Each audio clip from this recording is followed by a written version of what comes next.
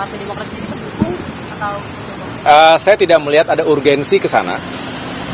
Bukan hanya karena Demokrat saat ini adalah bagian dari pemerintahan, tetapi juga saya melihat bahwa walaupun sekali kita menghormati, penghitungan masih berlangsung ya, bagaimanapun kita menunggu secara formal dan resmi oleh KPU, tetapi bisa dilihat secara rasional juga hasil penghitungan sementara terkait dengan Pilpres ini sudah menempatkan pasangan 02, Prabowo Gibran sebagai kandidat yang unggul dan jauh, unggulnya marginnya besar.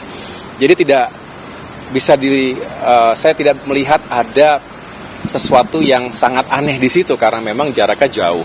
Ya, tetapi saya juga sebagai seorang Demokrat menghormati siapapun di negeri kita, partai manapun, tokoh manapun yang ingin menggunakan hak konstitusionalnya, silakan. Tetapi kami dari Partai Demokrat secara tegas mengatakan kami tidak melihat ada kepentingan itu. Saya justru lebih tertarik pasca pemilu ini, setelah kita mengetahui tentu namanya pertempuran politik itu menyisakan orang yang kecewa, orang yang marah, orang yang belum bisa mencapai targetnya, dan saat yang baik untuk kita mulai merajut kembali rekonsiliasi bangsa, dan itu harus kita tunjukkan secara genuine.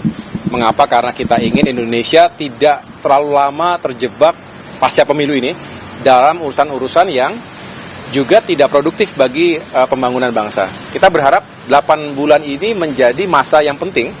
Transisi kepemimpinan nasional itu harus dikawal dengan baik. Justru Demokrat bersyukur karena bisa terlibat secara langsung dalam masa transisi ini. Karena bagaimanapun ini masa yang paling penting. Saya tahu pasti Pak Presiden Jokowi telah mempersiapkan langkah-langkahnya sebelum nanti menyerahkan tongkat estafet tersebut kepada Bapak Prabowo, insya Allah ya.